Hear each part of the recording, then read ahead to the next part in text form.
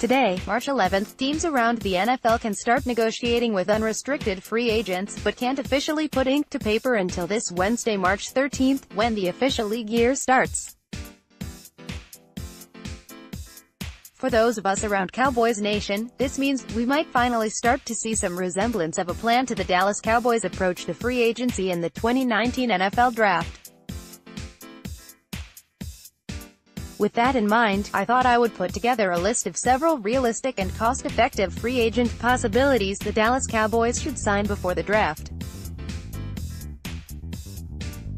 We all know they like to address as many needs as possible through free agency so that they can approach the draft without any glaring needs. That has been their approach the past several years and will more than likely continue to be so this year. Below I've listed 5 free agents I would personally sign if I were the Dallas Cowboys. I think each and every one of them are a realistic possibility and won't break the bank. If things play out the way I hope they do, the Cowboys could enter into the draft and truly take the best player available. Without further ado, here are the 5 free agents I think the Dallas Cowboys should sign before the draft. RBT.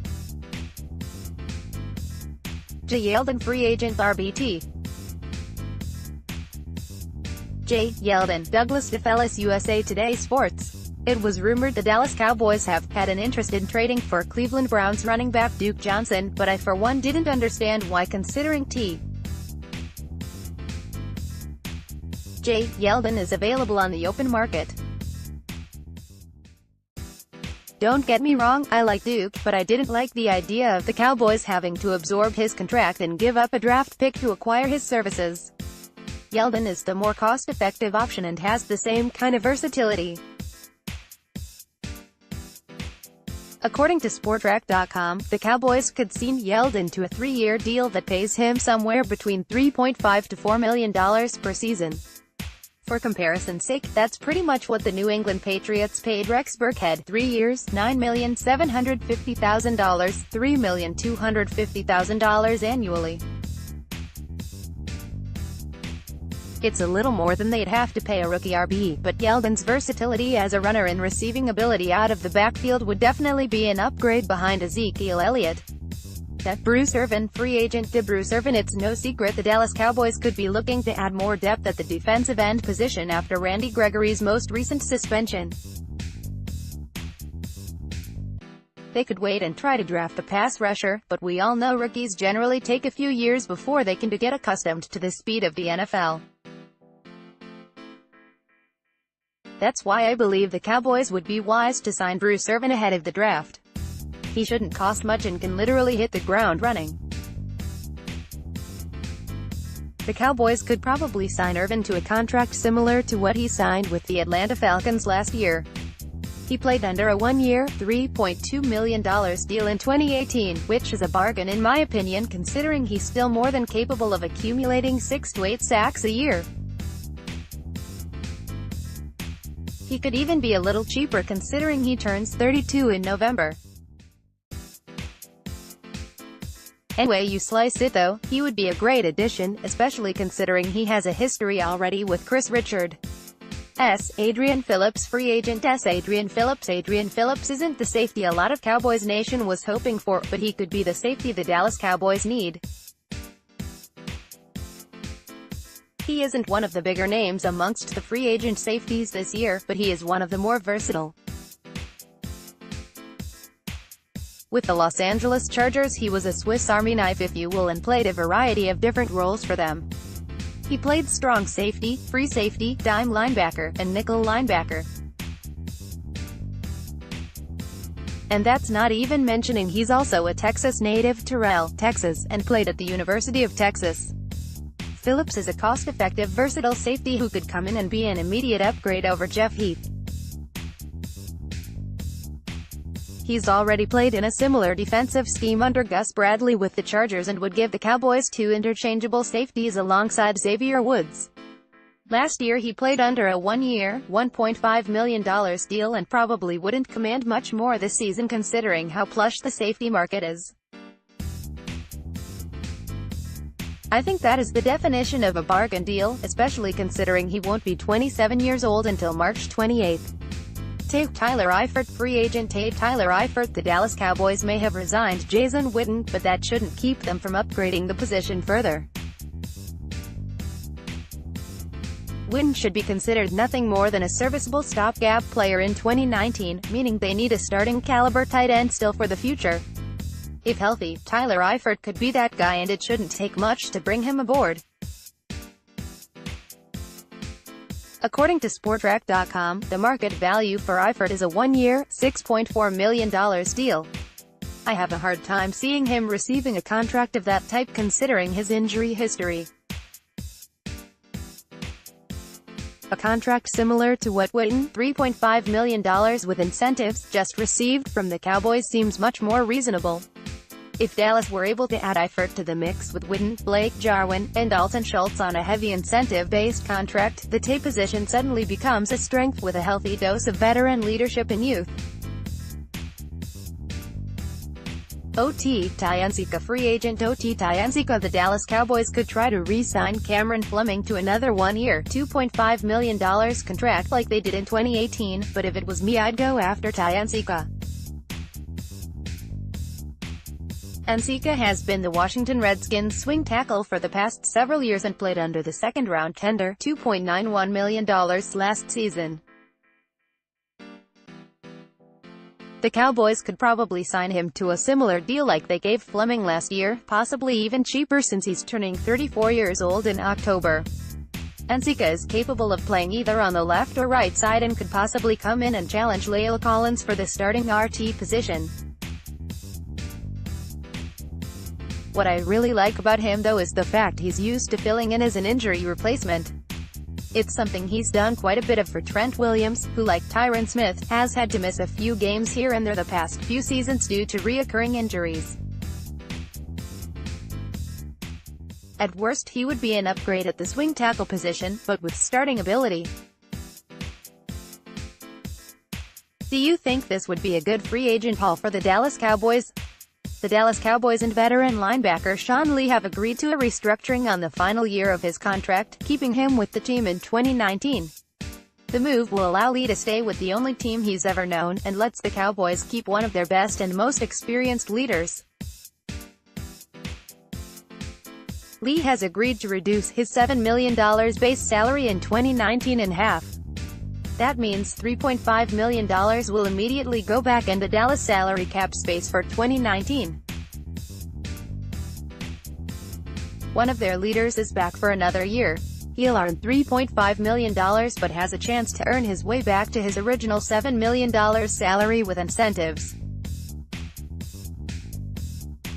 The Cowboys could have saved all $7 million by releasing Sean, but that would have left them pretty thin at linebacker. They may already expect to lose Damian Wilson to free agency. Lee can now continue to mentor Leighton Vander Esch, Jalen Smith, and other young linebackers while also providing an excellent depth option. Dallas could also potentially start Sean in the base 4-3 defense. With Wilson leaving, Jalen could play Sam while Lee and Vander Esch cover the other two spots. As mentioned in Rapoport's tweet, Lee could earn back his money through performance incentives. Those likely focus on snaps or games played, which have been an issue for the oft-injured linebacker throughout his career. However, those incentives will come out over the course of the regular season and can be accounted for later. This move immediately puts money back into Dallas' spending pool, which is welcome with free agency starting in just a few more days. With Lee turning 34 next year and his contract expiring, 2019 may very well be his last NFL season. He was already considering retirement at the end of the season but has decided to give it at least one more run. After today's news, it will definitely be with the Dallas Cowboys. The Dallas Cowboys have a lot of question marks throughout their roster this offseason, but the guard position might be their most stable. Last year's starters will be back in 2019, as should several quality depth players still under contract. The fixture of all fixtures, right guard Zach Martin, is arguably the best player on the entire team. He's been to the Pro Bowl in every one of his 5 NFL seasons, plus made first or second team All-Pro each year. He's signed through the 2024 season and is currently the highest-paid guard in the NFL. Barring any kind of restructuring, Martin will count about $14 to $15 million against Dallas' salary cap for the next 6 years. That's a lot for any offensive lineman, and especially one who doesn't play left tackle. But as long as Zach keeps playing at an elite level, then the Cowboys aren't going to balk at that pay rate. Any concerns about the guard position are over on the left side. Last year's second-round pick Connor Williams started 10 games and was showing improvement throughout the year. The team has high hopes for him in 2019 after a full off-season of physical development and further training at guard, which he didn't play in college. Williams temporarily lost the starting job last year after an injury allowed Xavier Su'a-Filo to start, which coincided with the team's mid-season turnaround. Dallas kept Su'a-Filo as the starter even for a few games after Connor was healthy enough to play. When Zach Martin had to sit out a few December games with a knee injury, Williams was back in the starting lineup at right guard. His play had improved from earlier in the year, and eventually the team gave him back the starting job at left guard for the playoffs. Dallas Cowboys guard Xavier Su'a-Filo. While the team is certainly committed to seeing a high pick like Connor Williams succeed, they should still let Su'a-Filo compete for the starting job this offseason. He was also a former second-round pick and was signed by the Cowboys in September, making 2019 his first offseason with Dallas. Either way, Dallas should have an improved starter at left guard from last year and a quality depth option. That's a nice position to be in, especially if it doesn't require you to make any off-season moves. In fact, Dallas is loaded with interior line depth right now. Joe Looney, while we may think of him more as the backup center, is capable reserve at guard. Some might wonder if he shouldn't be allowed to compete for the starting spot at LG also, given how well he played last season. Dallas also still has Parker Ehlinger, a former fourth-round pick who they traded for last year. Ehlinger has battled injury issues throughout his career, which also recurred with the Cowboys. Still under contract, as well as Adam Redmond, who Dallas signed to be the backup center once they realized Travis Frederick would be gone. He also has the versatility to play guard.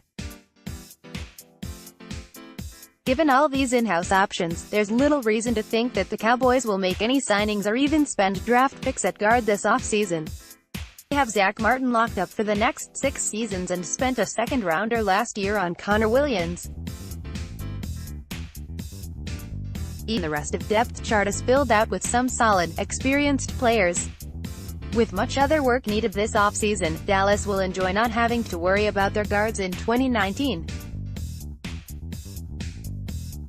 Over the last year, the Dallas Cowboys have been rebuilding their wide receiver core from the Dez Bryant, Terrence Williams, Cole Beasley, Bryce Butler group that dominated the wide receiver room from the end of the Tony Romo era through the first couple years of the Dak Prescott era.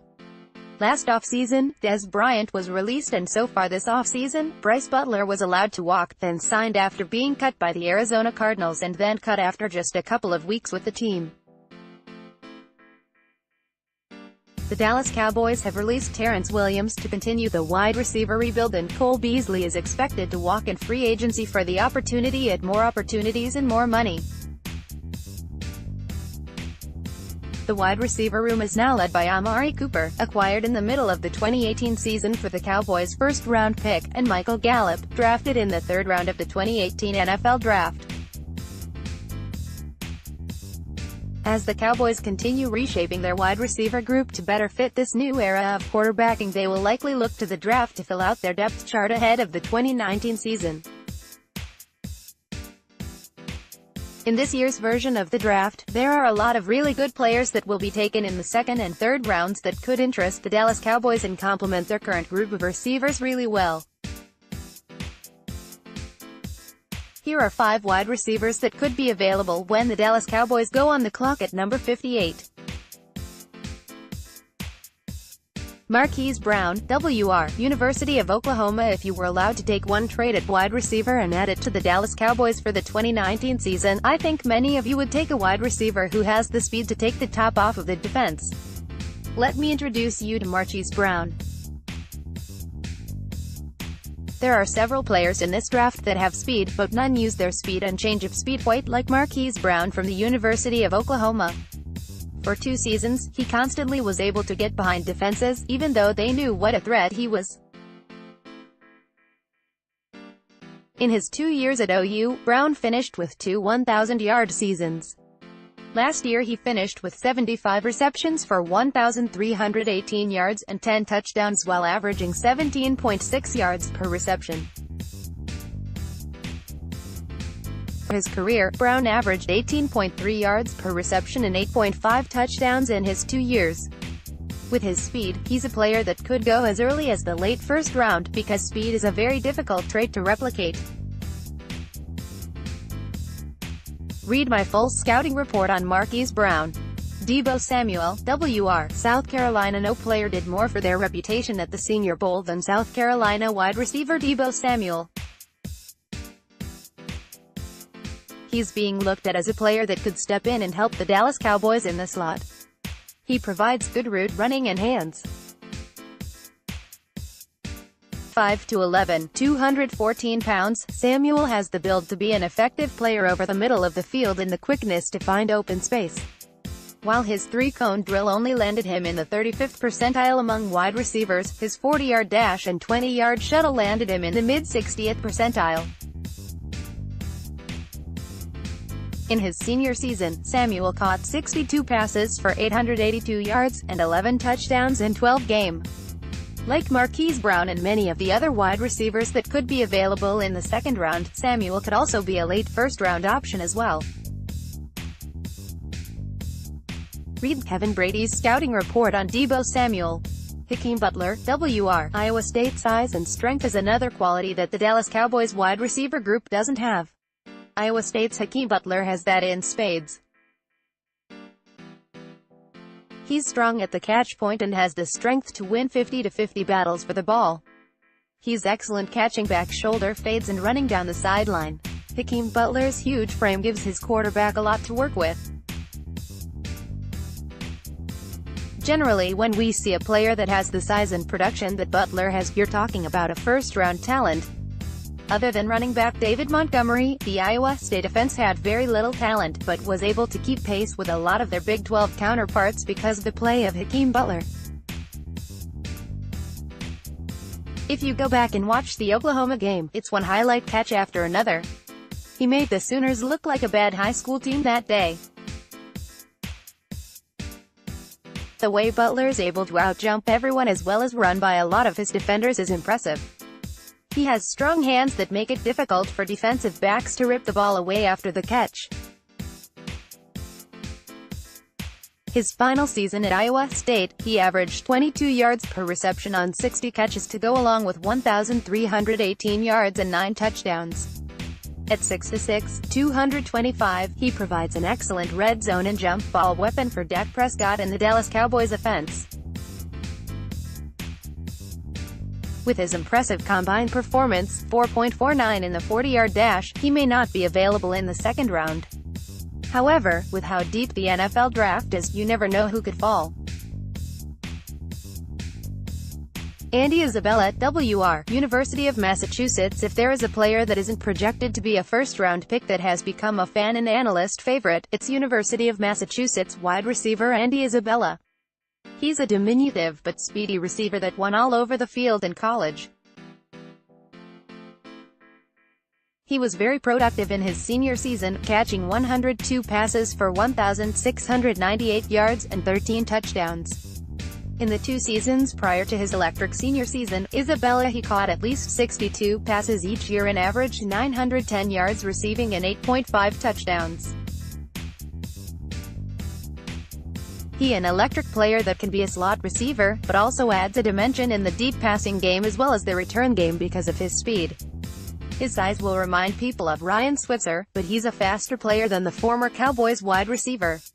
Read Brian Martin's scouting report on Andy Isabella.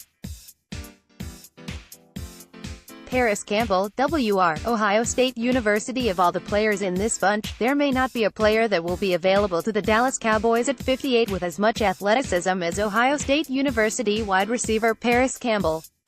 Campbell combined size and speed at 6'1", 208 pounds, while running a 40-yard dash that put him in the 96th percentile among wide receivers. Not only did he test really well in the athletic measurables, Campbell brings really good production along with him. In 2018, Campbell caught 90 passes for the Buckeyes for 1,063 and 12 touchdowns. In his first 2 years of playing regular time in 2016 and 2017, the Buckeyes gave him some carries too, and he averaged more than 13 yards per carry on 14 rushes over those 2 seasons.